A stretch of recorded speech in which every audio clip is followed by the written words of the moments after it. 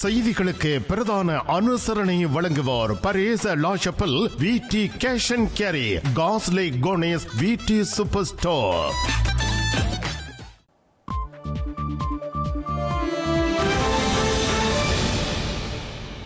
வணக்கம், இது ஐபிசி தமிழின் செய்தி நேரம். முதலில் தலைப்புச் செய்திகள்.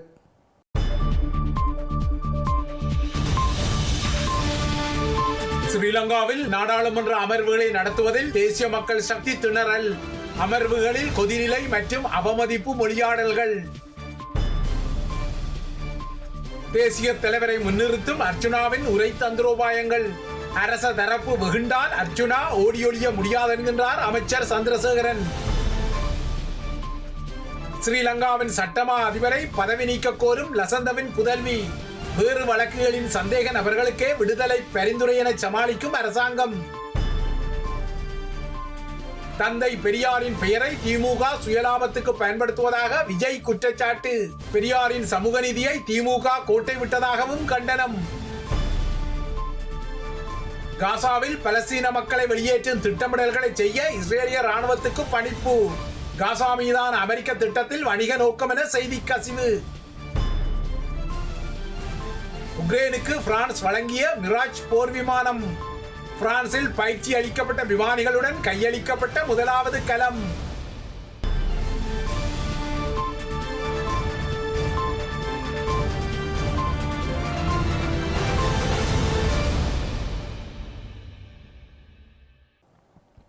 தொடர்வது விரிவான செய்திகள்.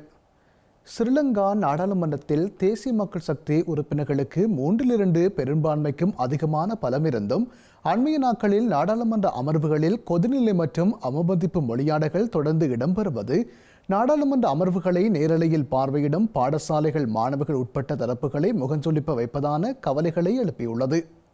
ஸ்ரீலங்கா நாடாளுமன்றத்தில் எழுந்துள்ள இந்த கொதி நிலைமைக்கு எதிர்க்கட்சிகள் மீது குறிப்பாக சஜித் அணியும் வடக்கின் சுயேட்சை நாடாளுமன்ற உறுப்பினரான அர்ச்சுனா ராமநாதனும் காரணம் என்ற அடிப்படையில் சமூக வலைதள பதிவுகளில் சுட்டிக்காட்டப்பட்டுள்ளது. நேற்றும் தன்னுடைய நகர்வுகளால் சர்ச்சைகளை ஏற்படுத்திய அர்ச்சுனா ராமநாதன் இன்று நாடாளுமன்றத்தில் குழப்பம் ஏற்படுத்தும் வகையில் செயற்பட்டதை அடுத்து இன்றைய அமர்வுக்கு தலைமை தாங்கிய பிரதி சபாநாயகரால் அவர் எச்சரிக்கப்பட்டிருந்தார். கட்டுக்கடங்காமல் செயற்பட்டால் நாடாளுமன்ற படைக்கல சேவிதர்களின் உதவியுடன் அர்ச்சுனா ராமநாதன் வெளியேற்ற படுவார் என்ற எச்சரிக்கையும் சபாநாயகரால் விடுக்கப்பட்டது.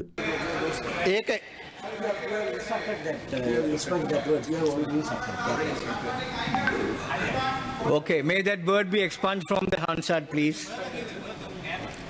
Honorable Sajith Premadasa, please.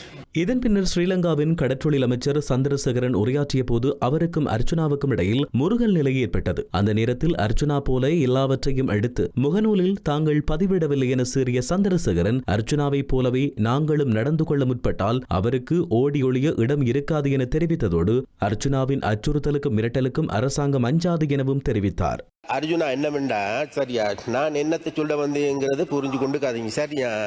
நீங்க சும்மா ஒன்று மறந்துடாங்க சரியா. நாங்களும் உங்களை போன்று அந்த விளையாட்டெல்லாம் செய்யுமா இருந்தா உங்களுக்கு ஓடுறதுக்கு இடம் பார்த்தாது. பிளீஸ் சரியா, அதனால வேண்டி உங்களோட இதை நீங்க கவனமா தக்க வச்சு கொள்ளுங்க சரியா. நீங்க எடுத்து கொண்டிருக்கோம் எல்லாத்தையும் எடுத்துக்கொண்டு லைவா இது பண்ணி கொண்டு இருக்கிறதுல அந்த ஷோ காட்டுறதுல எங்களுக்கு முடியும் சரியா.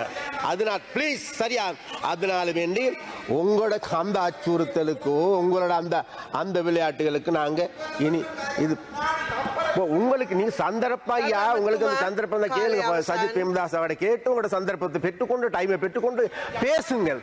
இதற்கு பின்னர் பிற்பகல் அமர்வில் உரையாற்றிய அர்ச்சுனா ராமநாதன் யாழ்ப்பாணத்தில் பிறந்து வல்வெட்டித்துறையில் தேசிய தலைவர் பிரபாகரன் பிறந்த ஊரை பார்த்து வளர்ந்தவர் என்கின்ற ரீதியில் அமைச்சர் சந்திரசேகருக்கு சில விடயங்களை குறிப்பிட விரும்புவதாக குறிப்பிட்டார்.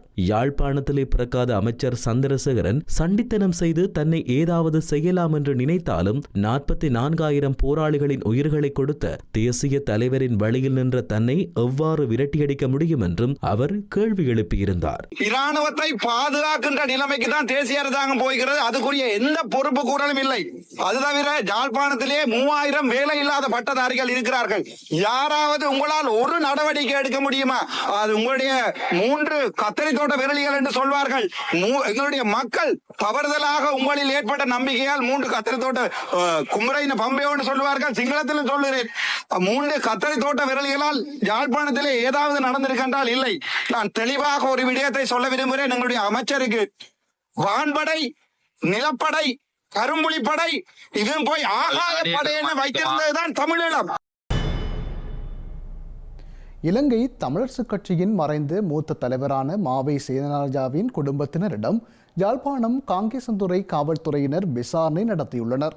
தமிழரசுக் கட்சியின் முக்கியஸ்தர் ஒருவர் கொடுத்த முறைப்பாட்டுக்கு அமைய இந்த விசாரணைகள் மேற்கொள்ளப்பட்டதாக தகவல்கள் வெளியாகியுள்ளன. மாவை சேனாதி ராஜாவின் மரணத்துக்கு காரணமானவர்கள் என தெரிவித்து பதாகை காட்சிப்படுத்தப்பட்டமை தொடர்பாகவே விசாரணைகள் நடத்தப்பட்டுள்ளன.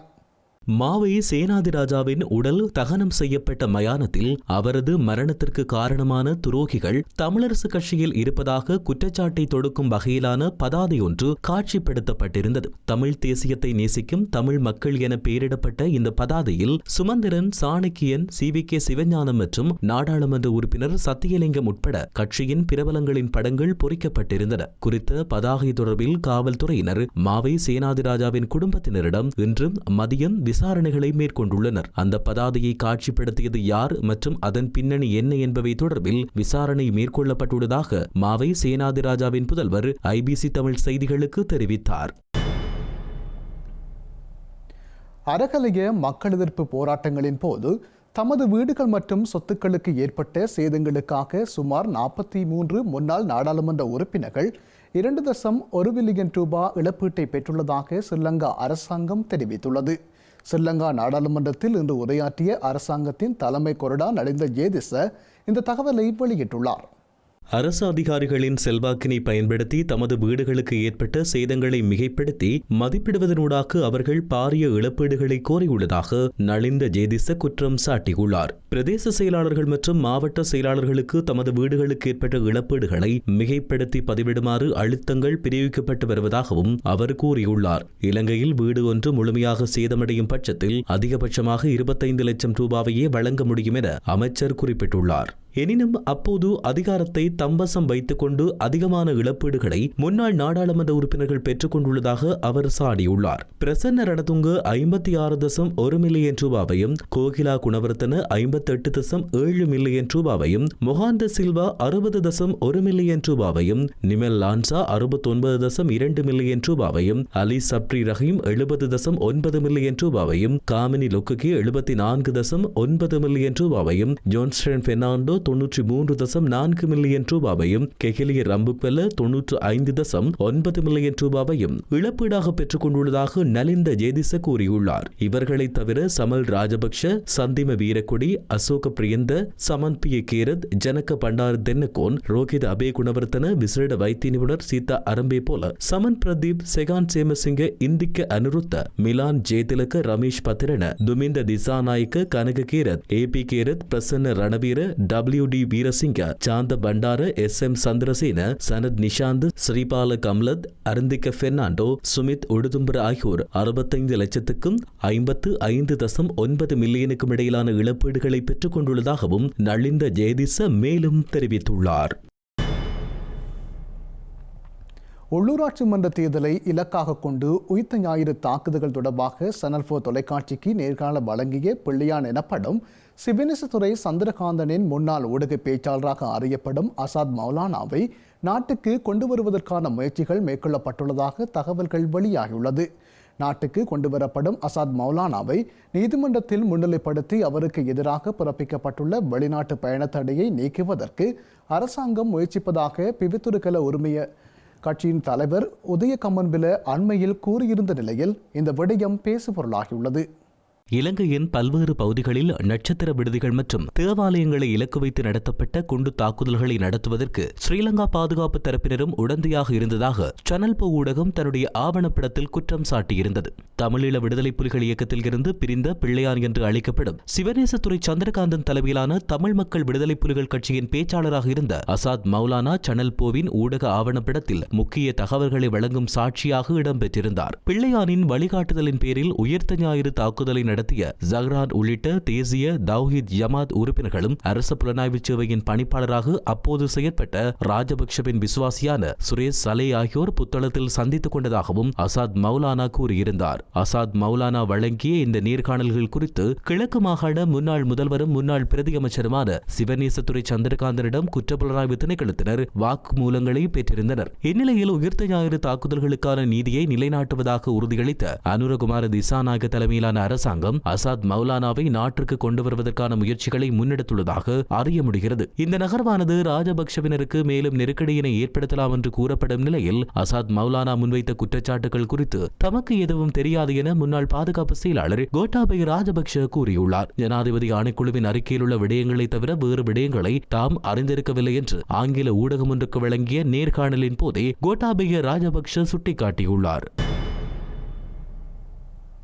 ஸ்ரீலங்காவின் சட்டமா அதிபர் ஃபரிந்த ரணசிங்கவை குற்றவியல் பிரேரணை மூலம் பதவி நீக்க வேண்டுமென படுகொலை செய்யப்பட்ட ஊடகவியலாளர் லசந்த விக்ரமதுங்கவின் புதல்வியான அகிம்சா ஸ்ரீலங்கா பிரதமர் கரணி அமரசூரியவை வலியுறுத்தியுள்ளார்.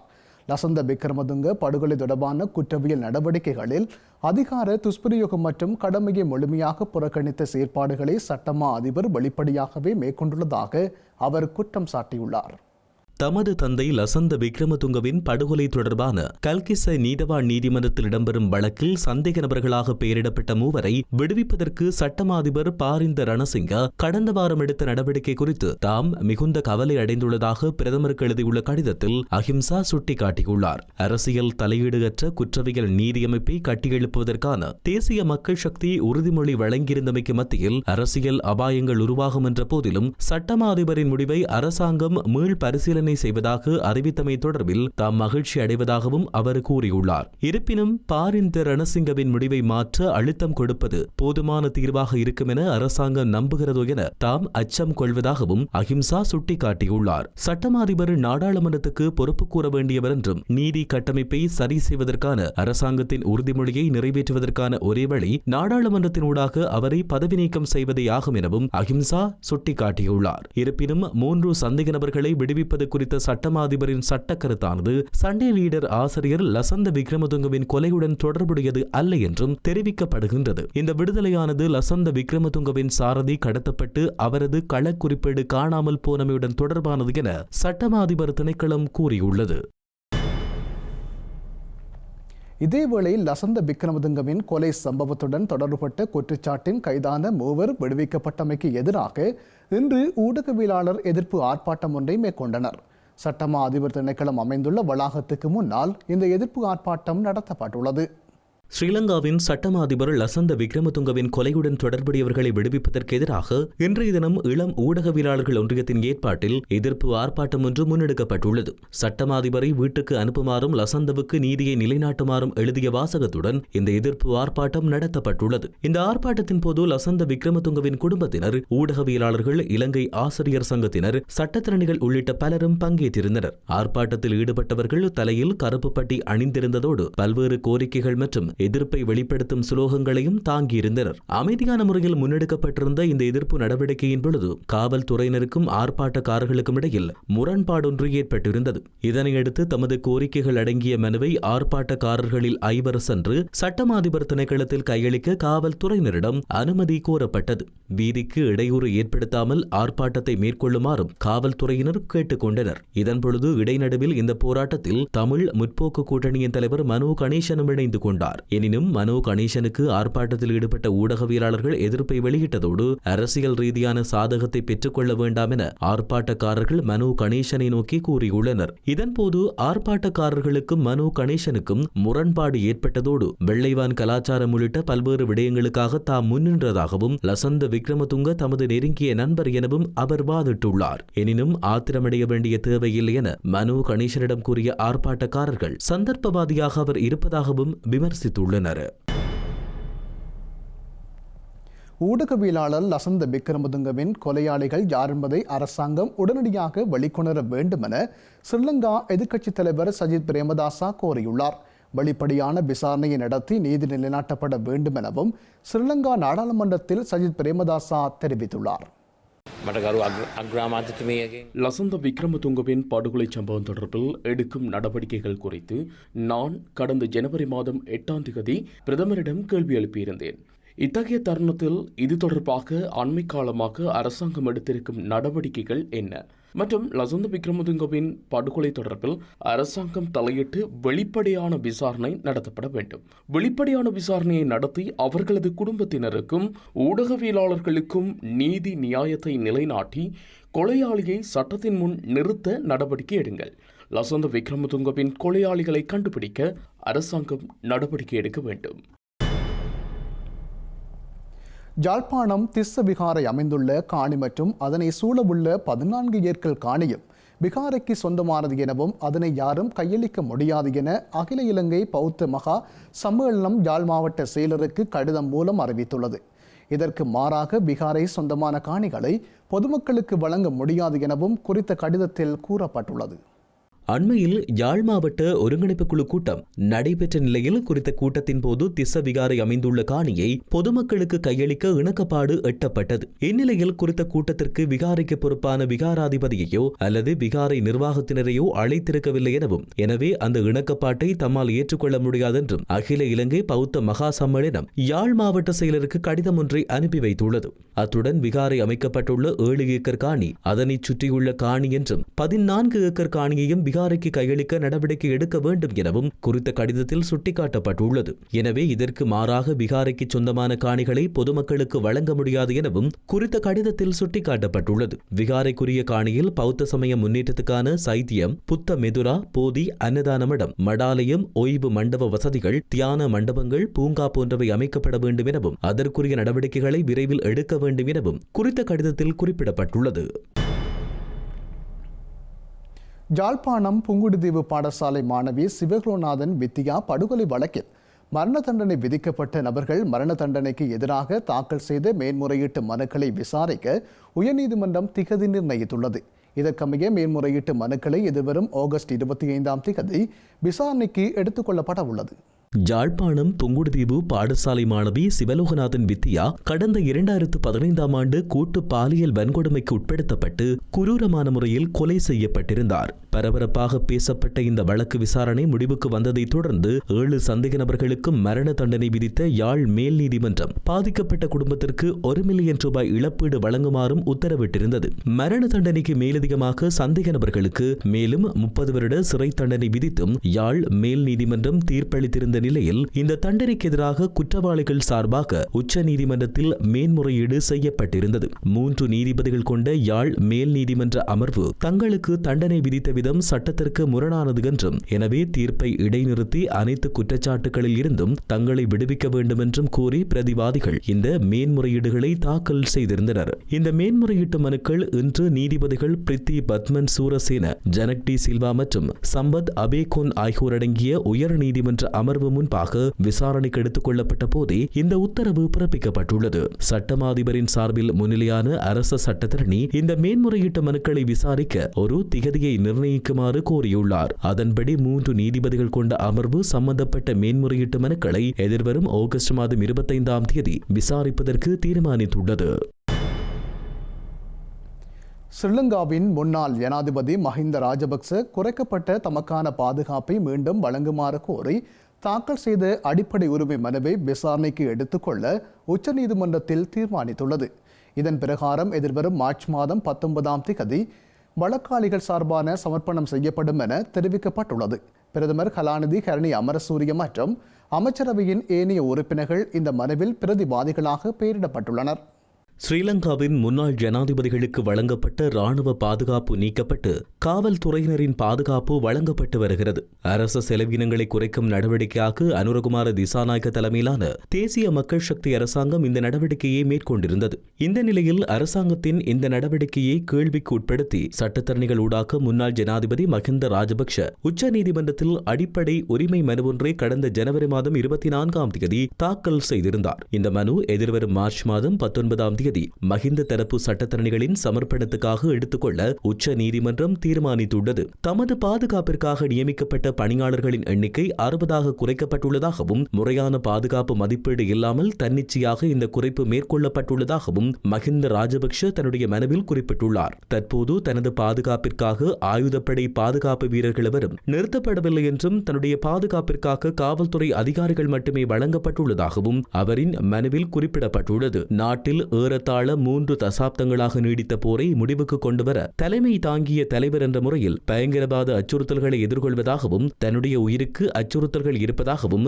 முன்னாள் ஜனாதிபதி தனது மனுவில் சுட்டிக்காட்டியிருந்தார். எனவே தமக்கான பாதுகாப்பை தன்னிச்சையாக நீக்குவதன் மூலம் பிரதிவாதிகள் தனது அடிப்படை மனித உரிமைகளை மீறியதாக உத்தரவிடுமாறு மனுதாரர் உச்சநீதிமன்றத்தை கோரியுள்ளார். மேலும் தமக்கு எதிரான அச்சுறுத்தல்களை மதிப்பிடுவதற்கு பிரதிவாதிகளுக்கு உத்தரவு பிறப்பிக்க வேண்டும் என்றும் ஸ்ரீலங்காவின் முன்னாள் ஜனாதிபதி மஹிந்த ராஜபக்ஷ தன்னுடைய மனுவில் மேலும் வலியுறுத்தியுள்ளார். தமக்கு முன்னர் வழங்கப்பட்ட முழுமையான பாதுகாப்பு பிரிவுகளையும் மீண்டும் நிலைநிறுத்துவதற்கு பிரதிவாதிகளுக்கு உத்தரவு பிறப்பிக்குமாறு மஹிந்த ராஜபக்ஷ உச்சநீதிமன்றத்தை கோரியுள்ளார்.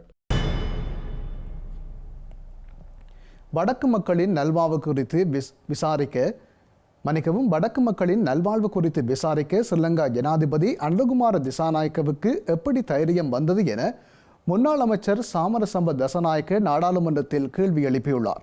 நாட்டில் அரிசி உள்ளிட்ட பொருட்களுக்காக தட்டுப்பாடு ஏற்பட்டுள்ள நிலையில் எவ்வாறு நலமா என கேள்வி எழுப்ப முடியும் என அவர் தெரிவித்துள்ளார்.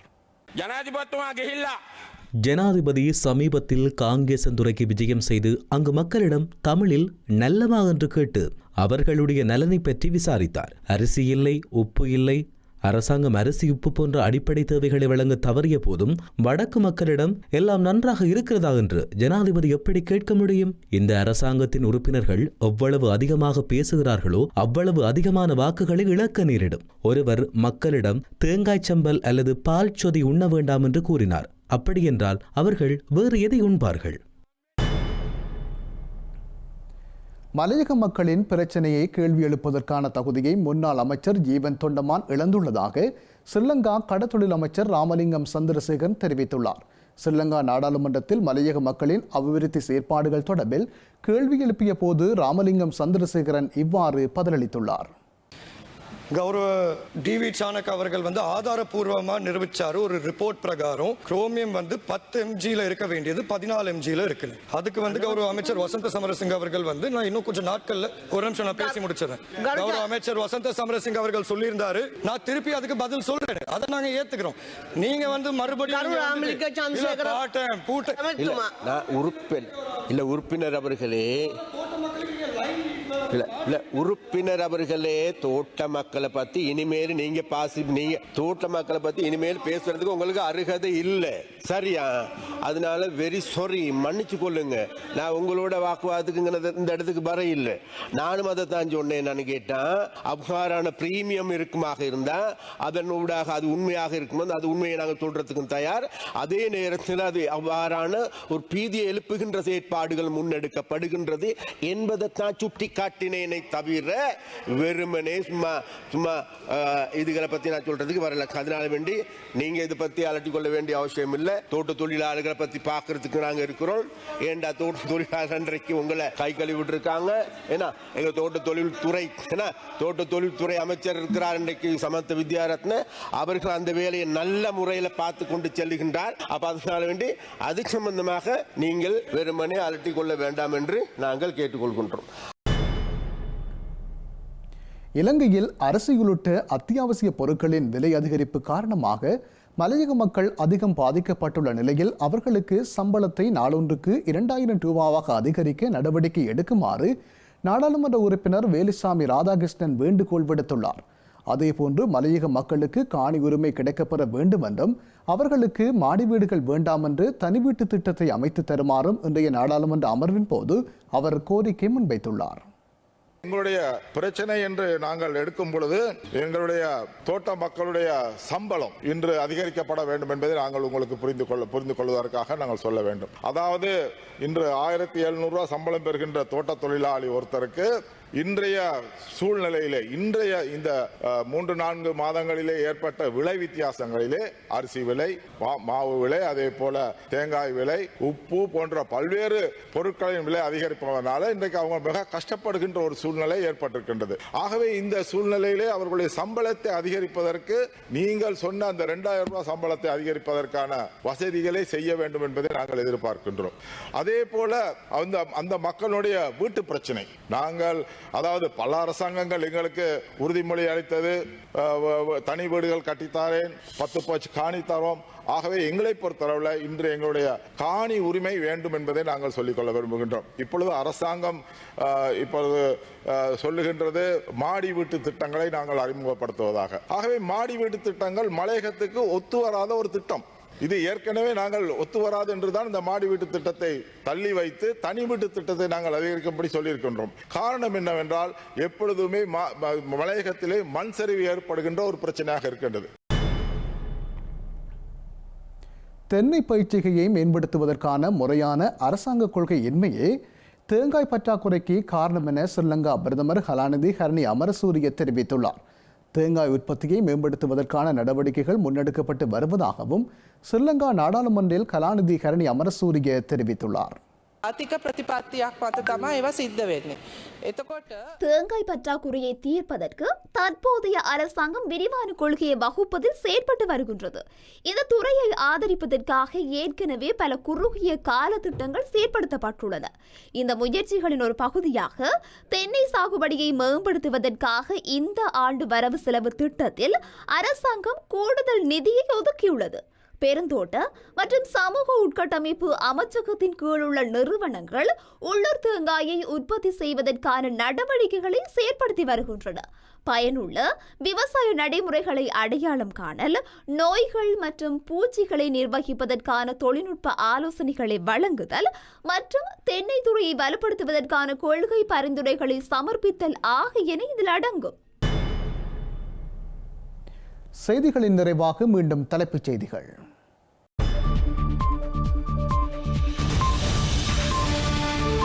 ஸ்ரீலங்காவில் நாடாளுமன்ற அமர்வுகளை நடத்துவதில் தேசிய மக்கள் சக்தி திணறல், அமர்வுகளில் கொதிநிலை மற்றும் அவமதிப்பு மொழியாடல்கள். தேசிய தலைவரை முன்னிறுத்தும் அர்ச்சுனாவின் உரை தந்திரோபாயங்கள்.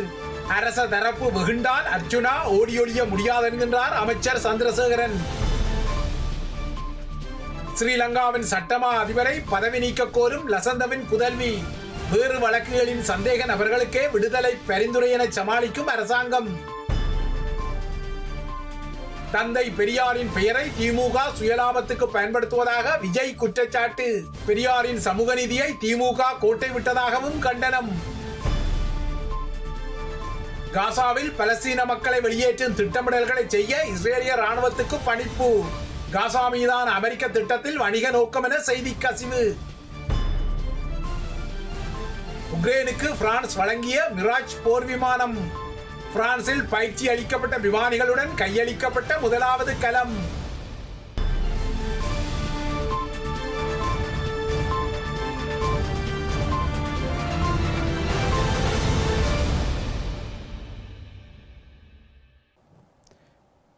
இத்துடன் ஐபிசி தமிழின் செய்தி நேரம் நிறைவடைகின்றது. உடனுக்குடன் செய்திகளை அறிந்து கொள்ள ibctamil.com என்ற எமது இணையதளத்தை பார்வையிடுங்கள். வணக்கம்.